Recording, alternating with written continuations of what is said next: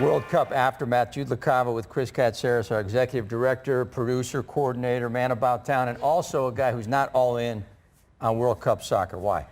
Well, Jude, I love the patriotism. I love the endurance of the athletes. It's the game itself. It bores me to death, bores me to tears, and here's why.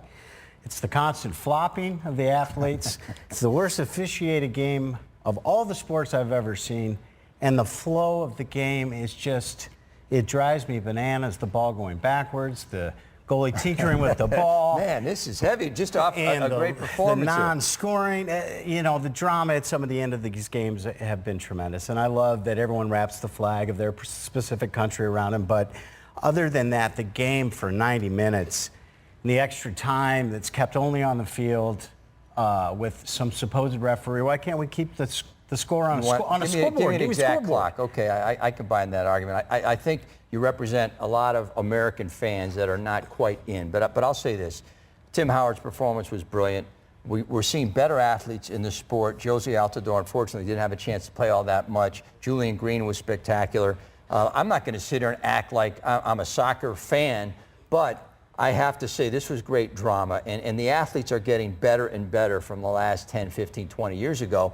And I think anytime you wrap up, you can wrap up bocce ball in red, white, and blue. and people are going to jump in on the sports bars all across America. But I have to say this. I think this was a turning point that helps MLS continue to grow and trend. And all those soccer kids out there with the soccer moms, that's a core audience, and the ratings kind of bear that out. But I will disagree, because back when we went, when the women won the cup and everybody was, oh, this is going to create all this, and all the kids came out, and it lasted a year.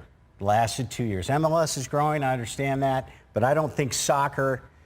You don't think it's ever going to surpass basketball or baseball in this country? I think it's absolutely not, and I believe it's like an Olympic sport.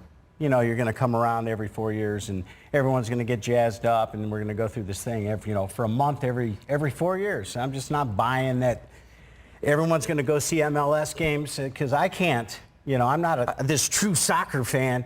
I can't tell the massive difference between the Seattle Sounders and Portugal. Yes, I can't tell the difference. Well, I think when you look at it now, you have to look at how does this translate to popularity with MLS. I mean, that's the major league here. And I think the other part of it is, though, it is a global sport. And let's face it, we live in a small world right now. And if you look at it, most of the young people today, they watch the EPL games. They love Ronaldo. They love Messi. And I think that's growing into the American culture. And listen to this.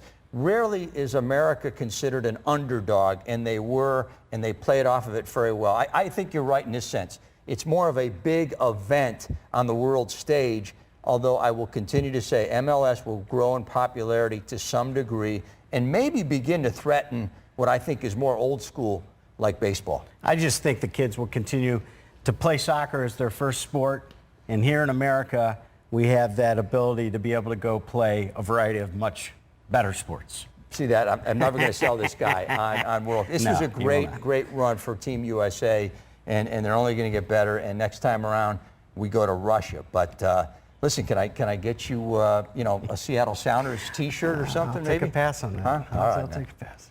Our cup take. There you go.